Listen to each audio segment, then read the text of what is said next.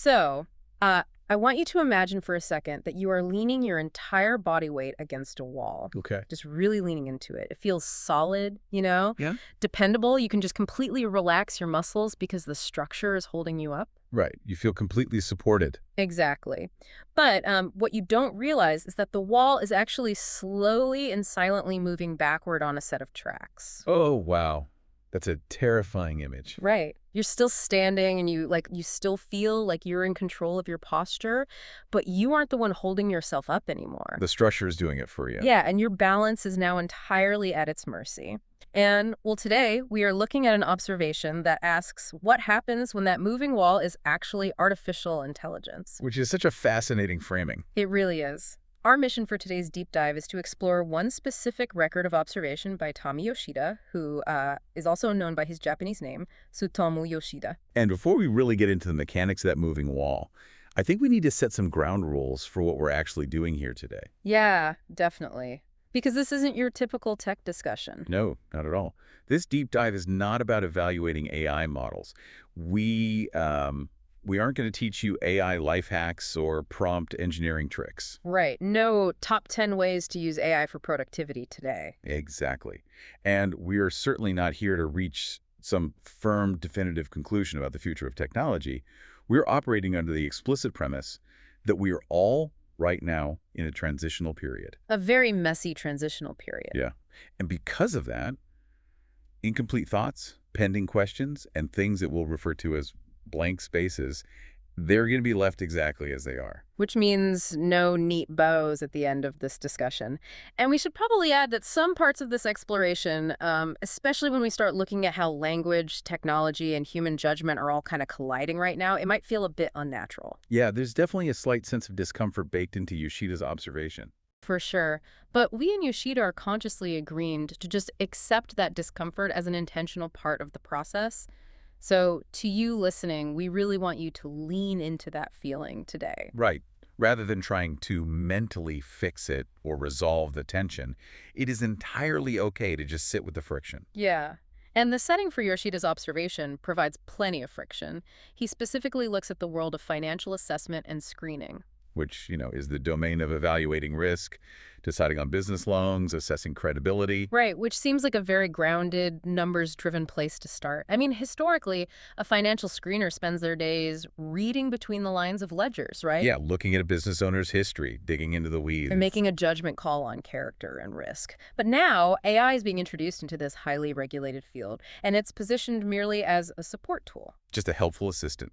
Exactly. It crunches the massive data sets, analyzes the historical trends, and then hands over a risk assessment or a recommendation.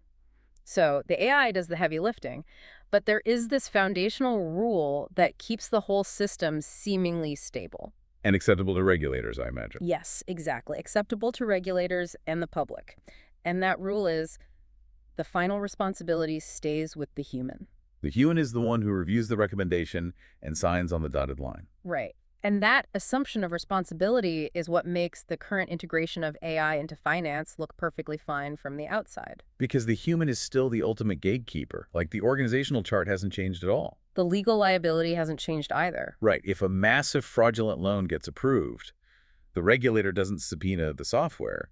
They subpoena the human who signed the approval. But wait, I mean, if the human's signature is still on the document and the legal liability is entirely on their shoulders, wouldn't regulators and compliance officers just argue that absolutely nothing fundamental has shifted? They probably would. Like, if I'm the loan officer, I know I go to jail or I lose my job if I sign off on a terrible assessment. The risk is mine. So why does it matter if my assistant is a human or a highly convincing piece of software, as long as I am the final checkpoint?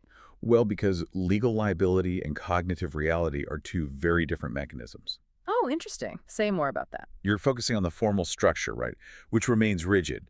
But Yoshida's pointing out this invisible creeping shift happening underneath that structure. A moving wall. Yes, the moving wall. Think about the mechanics of human cognition when you're presented with an incredibly efficient, highly convincing tool. Like, on day one, you double-check every single data point the AI gives you. You interrogate its logic. You're skeptical. Exactly. But on day 50, the AI hasn't made a single glaring error. It writes beautifully, its formatting is perfect, its math is totally flawless. Right, it's never had a bad day or spilled coffee on the keyboard. Yeah. And by day 200, the cognitive weight of the evaluation process has entirely shifted.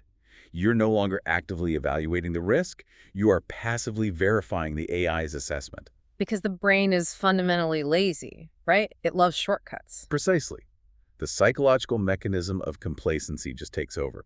The formal support silently becomes the default operating system. So the support is the premise now. Yes, you stop reading the underlying documents and you just start reading the AI's summary. Wow. And the physical structure of the office looks identical. The human is at the desk, the software is on the screen, but the internal geometry of who is actually absorbing the responsibility has become super blurry. So the human still holds the legal liability, but they have completely offloaded the cognitive labor required to actually wield that responsibility. Exactly, they aren't holding themselves up anymore. So the foundation of the house is quietly sliding away, but because the living room looks exactly the same, nobody really notices. That's a great way to put it. And that brings us to the core of Yoshida's observation, which really hinges on this abstract concept of distance. Right. Distance, because in a field like financial screening, a professional's entire job is basically managing distance. You have to maintain a certain objective distance from the customer so you aren't swayed by emotion. But you also have to stay close enough to the raw data and the actual risk to understand it. Exactly. You are constantly managing your proximity to responsibility. And Yoshida observes this concept of distance by actually zooming out from the financial sector entirely and just looking at everyday human relationships. Right, bringing it back to how we just interact with each other. Yeah. His observations are deeply rooted in a Japanese cultural context, where the spaces between people, the sort of unspoken air and social proximity, are highly nuanced. You're constantly monitored, I'm sure. Oh, absolutely. But the underlying mechanics of this are universally relatable, regardless of culture. The core truth he hits on is that in human interaction, distance is rarely determined by one side alone. It's not a unilateral declaration. No, it's a mutual negotiation. Right. It's kind of like mingling at a crowded party. Like, if I step too close to you while we're talking, I am encroaching on your personal space. And my brain immediately registers that social friction. Yeah, and you naturally lean back a few inches to regain your boundary. Right. But then if I stand way too far away, we have to shout over the music, the connection weakens, and one of us naturally steps forward to close the gap. We don't, sign a contract agreeing to stand exactly 36 inches apart. No, we just figure it out through this constant, silent choreography. And what actually fuels that choreography? It's feedback. Tiny, often totally unconscious signals. Yoshida refers to these as signals of fluctuation, right? Yes, fluctuation. Because when you step too close to someone, you see a flash of discomfort in their eyes, or you hear a slight hesitation in their voice. Or you feel that momentary, super awkward silence. Exactly. These micro-reactions are the regulatory feedback loops of human behavior. Between humans, there's a natural, perpetual fluctuation. Distance is negotiated through this constant push and pull. I push, you pull back, you step in, I retreat slightly. Yeah, and this exact same push and pull happens in the professional workflow of our financial screener, too. Oh, right. Because if the screener pushes a client too aggressively for, like, sensitive financial records, the client might get defensive. They pull away.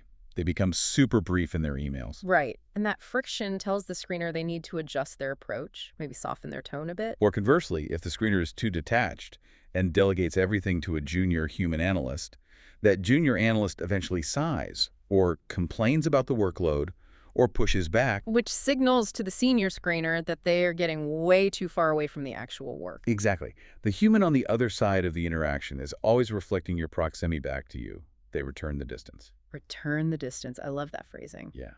That friction is what keeps both parties engaged and aware of exactly where the boundaries lie. The boundaries are vibrating. They are alive. Which brings us to the terrifying reality of introducing AI into this specific environment. Because when we substitute the junior analyst or the data gathering process with an AI system, AI does not return distance. It doesn't. It is a complete void. Right. The AI does not step back. It does not hesitate. It never signals discomfort. And think about the psychological bypass happening there.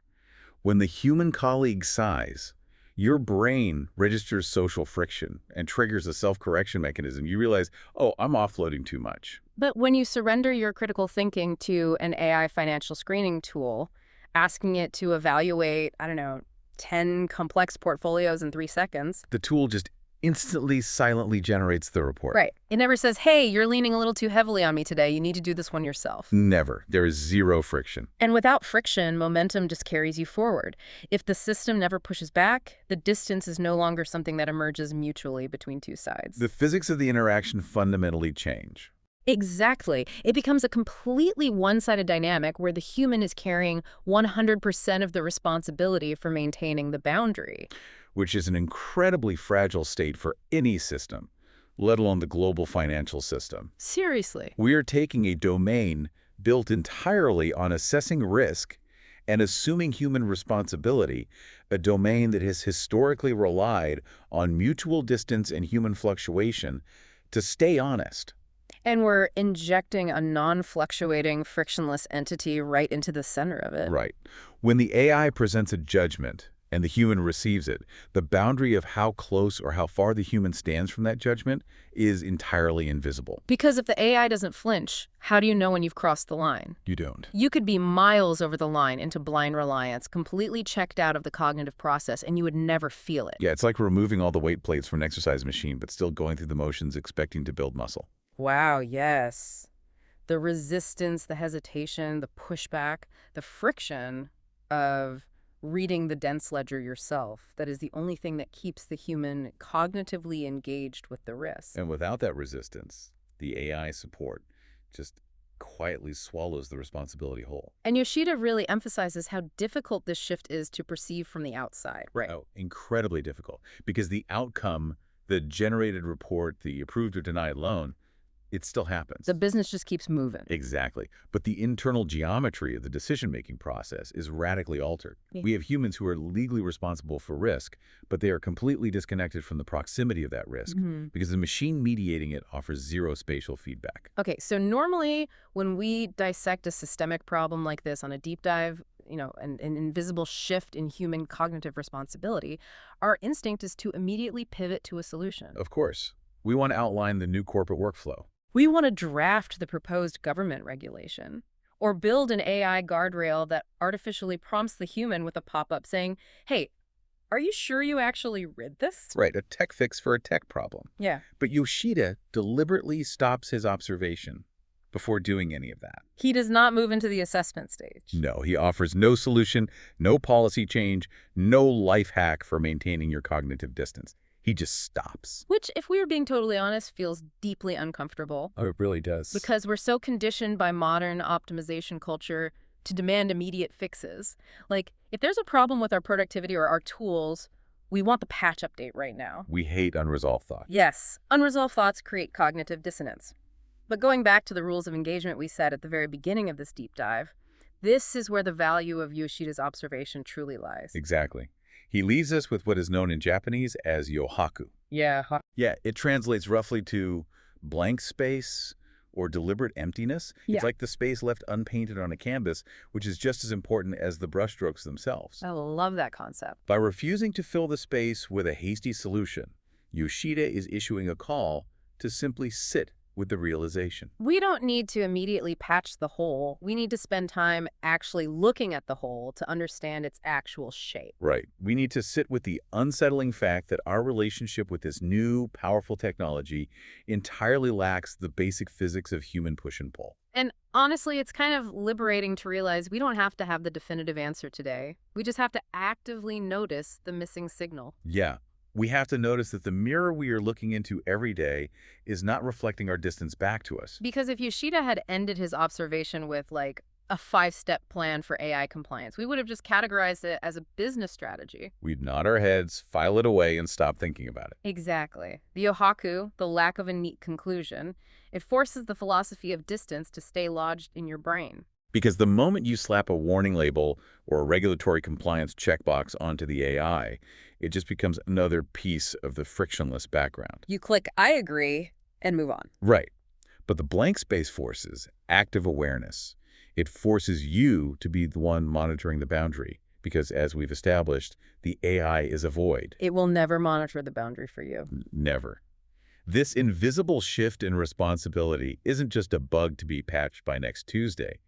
It is a fundamental alteration in how humans interact with knowledge. And it is something genuinely worth pausing for. It really is. So let's retrace the path we just took to really solidify this. We started by looking at the highly structured world of financial screening, where AI is billed as a harmless support tool, while humans retain the formal responsibility. Right, but then we peeled that back to reveal the mechanism of cognitive offloading, how, without friction, support silently becomes the default. And the human brain just stops actively engaging with the risk. From there, we looked at how humans historically maintain engagement through the mutual dance of distance. Whether at a crowded party or in a tense business negotiation, we rely on the microsignals of fluctuation, hesitation, discomfort, silence to calibrate our boundaries. And then we hit the terrifying reality of the void. Yeah. AI has no fluctuation. It does not push back. It does not sigh. It does not return distance. It places 100% of the boundary maintenance squarely on the shoulders of the human. And rather than rushing to fix that terrifying reality, we embraced the yohaku, the deliberate blank space. We chose to sit in the discomfort of an unfinished thought, recognizing that keeping the question open is the only way to maintain our active awareness. Because it represents a profound shift in the very physics of how we interact with the tools that shape our world. Absolutely. So to you listening, as you go about your day, I really want you to think about the systems and tools you rely on to make decisions. It doesn't have to be a complex financial algorithm. No, it could be the navigation app that routes your commute. Or the generative AI that drafts your emails. Or even the algorithmic feed that curates your news. Where is the distance between you and that tool? And more importantly, are you fully aware that you are the only one carrying the weight of where that boundary lies? Exactly. And that leaves us with one final lingering question to mull over. If we spend more and more of our lives interacting with frictionless systems, where we dictate 100% of the distance systems, where we never have to read a flash of discomfort, a slight hesitation, or an awkward silence. How will that ultimately change our patience for the messy, fluctuating, mutually negotiated distance that is required to maintain our actual human relationships?